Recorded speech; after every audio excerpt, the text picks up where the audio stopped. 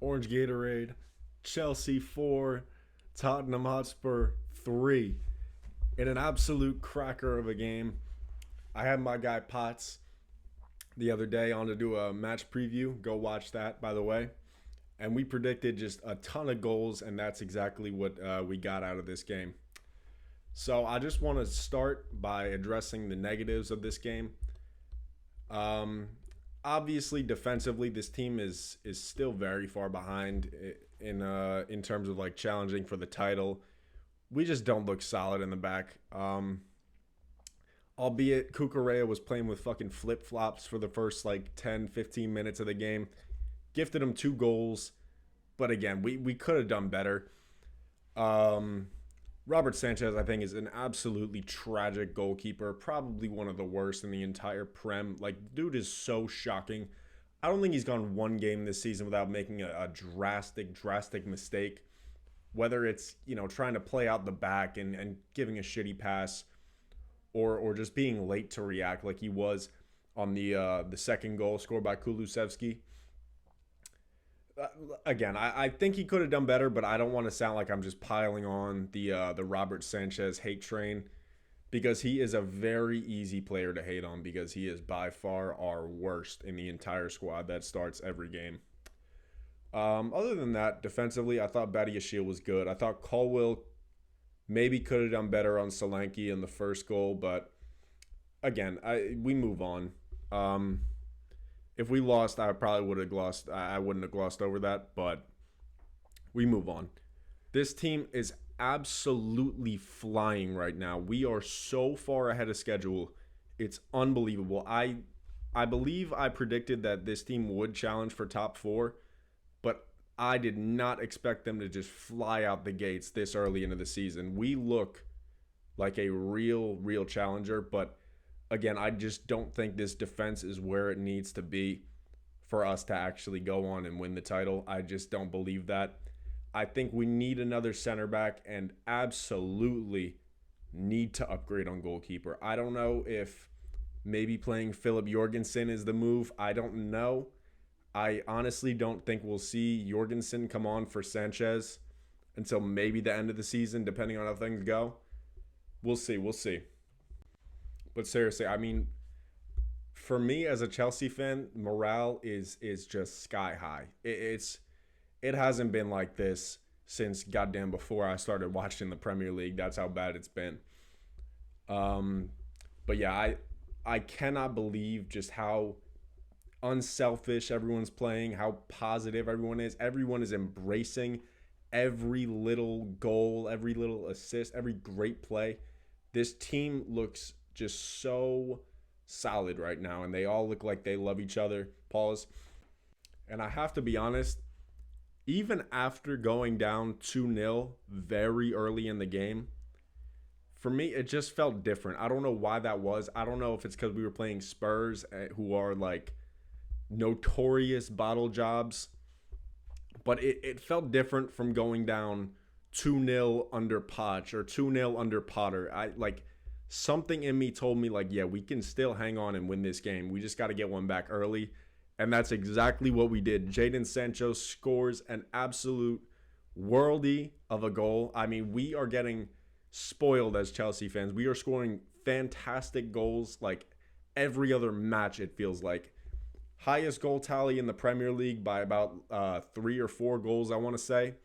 Just flying right now. I think, to be honest, I don't even think this is a hot take. I think we have the best attack in the entire Premier League, and you can include depth as like a factor in that.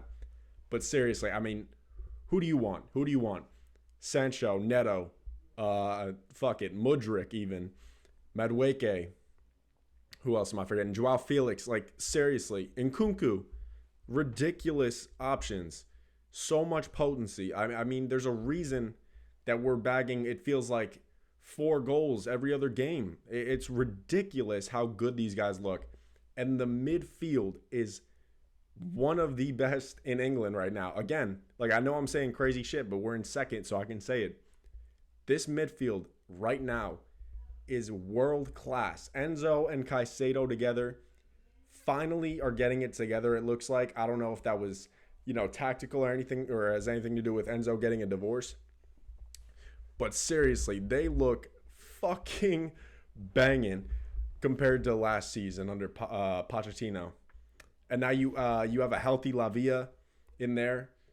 There's just so much good things to say about the midfield and the attack that I just want to ignore the defense for now until it gets to be a problem in later games, which it probably will be. I'm expecting some hiccups still. So for that reason, I don't think that we're going to win the title this year, but I do definitely think top four is more than in play for this team. I think they should be getting top four right now on the form that they're on. With the fixtures we have coming up, we should be sitting comfortably in the top four by the end of January, probably. Before I move on, I just want to touch on Spurs because, I mean, goddamn, this is one of the worst injury crises I have ever witnessed. And then you couple that with Romero and Van de Ven getting hurt, which, to be honest, let me just say this. I think playing both Van de Ven and Romero was absolute suicide. I get one or the other. I get that this is a big game and you want to be at top strength, but dude, to risk both of your defenders like that this early in the season was a very, very bold move from Edge. And, they still have like Europa League to play for. I don't know. I don't even think that they're out of top four yet. But you still have Europa League to play for. And now you're missing your two defenders. Huge. That is insane to think about. I completely thought Dragusin was going to be a starter this game over, at the very least, Van de Ven. Because I heard rumors about Van de Ven not being healthy until like the end of December maybe. But then you go and play both of them, and they both come off with injuries. I mean, that is an absolute nightmare. That is the worst case scenario. That goes without saying. And I think Romero coming off was the absolute turning point of the game. I mean, obviously, the Sancho goal was the turning point of the game. But Romero coming off was huge. And then it just kind of spiraled into an absolute shitstorm after that. You have two horrible penalties. Horrible, like inexcusably bad. The first one, Bissouma tackles Caicedo, who like really is not even through on goal. I don't think Caicedo was going to attempt a shot from that angle. I think that's a wicked angle to be shooting from, especially for Caicedo.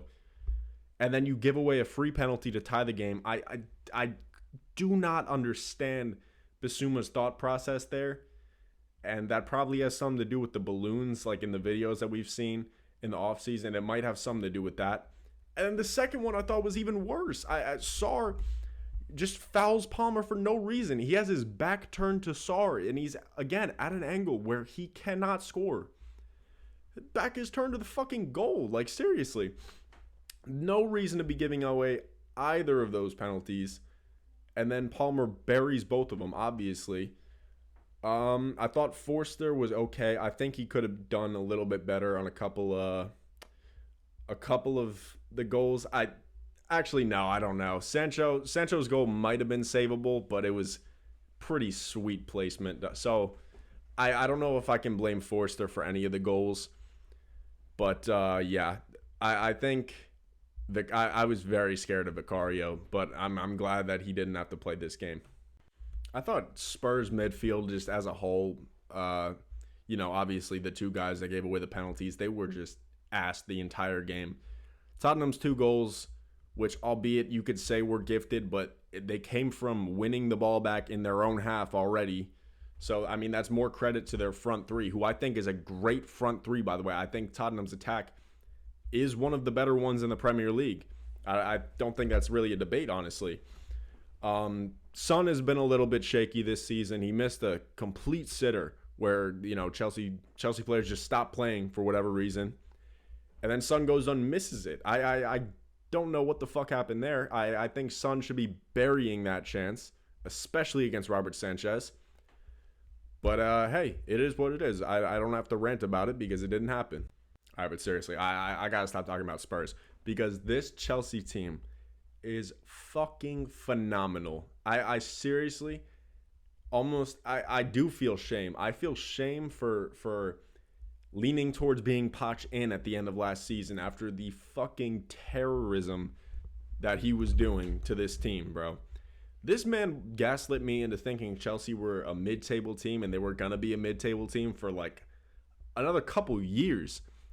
And Maresca takes over, and this team has not stepped off the gas one time this entire season. Our only loss came to City at the season opener, and we, albeit we looked fucking lost that game. I mean, that was a pretty frustrating game. But yeah, that's your only loss? I mean, shit, dude, I'll take it. You know, City looked a lot better that first game than they do right now. I think on current form, we would probably at least get them to drop points. I don't know if we would beat City, just because I'm absolutely terrified of that man Pep. But yeah, I mean, this squad is fucking phenomenal. And you can say, oh yeah, well, you spent $1 billion. You're damn right, dude. You fucking know we spent $1 billion just looking at this squad on paper. And then you watch them and you say, damn, this should be like a $2 billion squad. What the fuck? We are playing the most exciting ball in the Prem right now, without question. I don't think that's even up for debate. You could say Liverpool have a better attack, but they're literally the most Salah show. Everyone accuses Chelsea of being the Cole Palmer FC, but dog, go watch Liverpool and find me a fucking goal where Salah is not contributing in some way. Seriously. In my lineup predictions that I did with Potts, once again, go back and watch that video. I had, I think it was Neto on the left and then Madueke on the right. Maresca goes ahead and starts Sancho on the left, Neto on the right, and that was the absolute play. I think that's our wing pairing for the rest of the season, or at full strength. I think that's the play because Sancho is fucking top. He looks phenomenal every time the ball goes to his feet. And I cannot believe United fans tried to gaslight me into not wanting this guy. You know, calling him Jadon Scam Show and all that. Surviving Sancho. I mean, give me a fucking break, dude. This guy is phenomenal. And he's probably better than any winger that United have. Maybe besides like Ahmad. But he's clear of Garnacho, Rashford, all those fucking scrubs that play for United and don't even want to be there.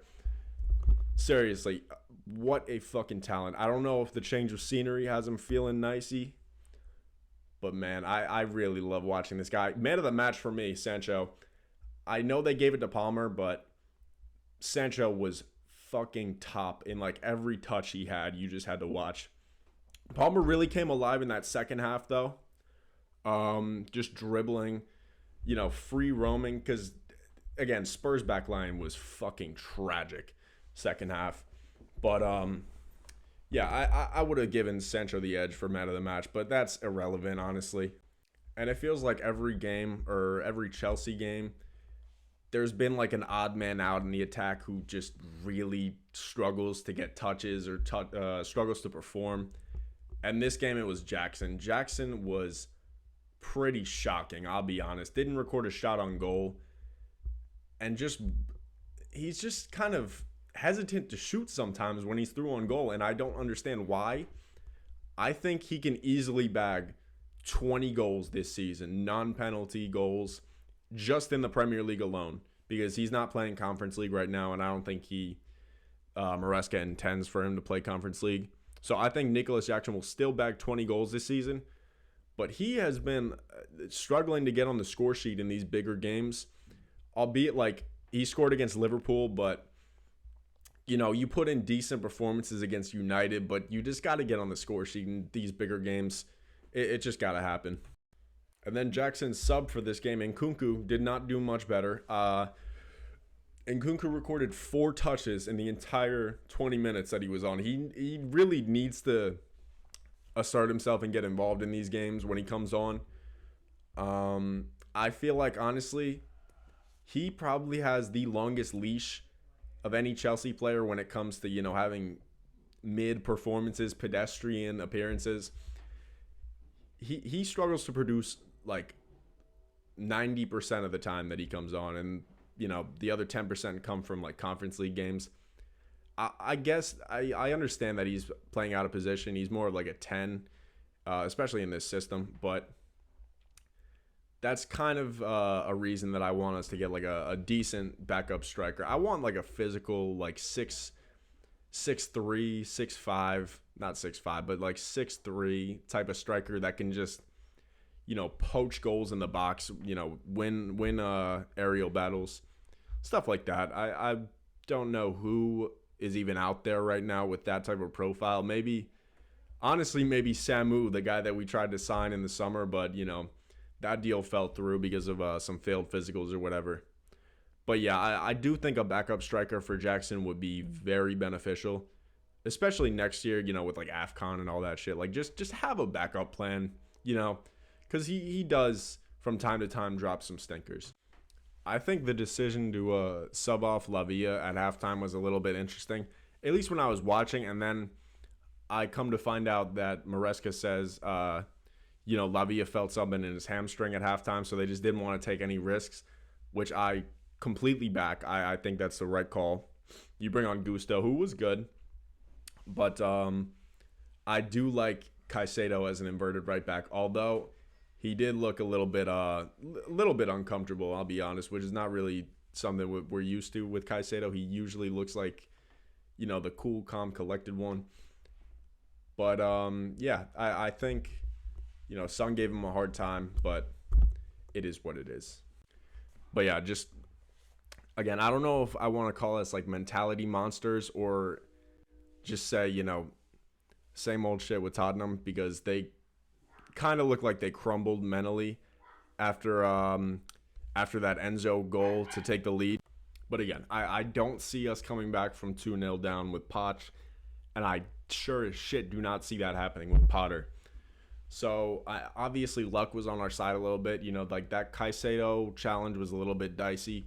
But you could also say the same for, I think it was Solanke. Just elbowing Lavia in the back of the head for no reason. And VAR just skims both of those. Like, VAR is so dodgy sometimes. But seriously, other than that, great game. Great game. Very good game. And I am absolutely buzzing right now. Still, like, even 24 hours later, that was probably the most exciting Chelsea game of the season. I don't think that's even a question. Anyways, I hope you guys take care. And up the Chelsea.